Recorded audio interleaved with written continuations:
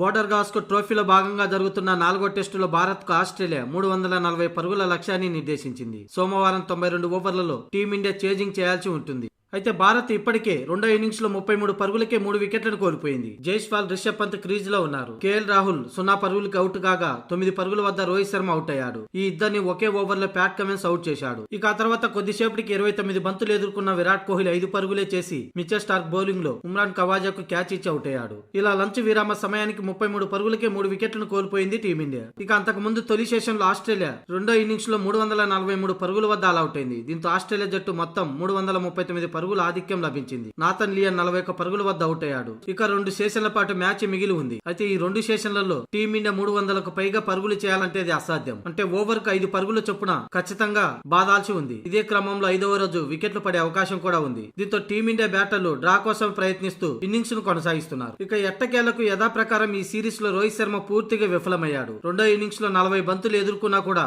కేవలం 9 పరుగులకే అవుట్ అయ్యాడు. మరోపక్క ఇదే అతనికి చివరి మ్యాచ్ అంటున్నారు. అందుకే హడావుడిగా ఇండియా నుంచి ఆస్ట్రేలియాకు చీఫ్ సెలెక్టర్ అజిత్ అగార్కర్ వెళ్లాడని, ఈ బాక్సింగ్ డే టెస్టు తర్వాతనే రోహిత్ శర్మ టెస్టులకు రిటైర్మెంట్ ప్రకటిస్తున్నాడంటూ వార్తలు వస్తున్న నేపథ్యంలో ఈ విషయంపై మరికొన్ని గంటల్లో తేలిపోనుంది.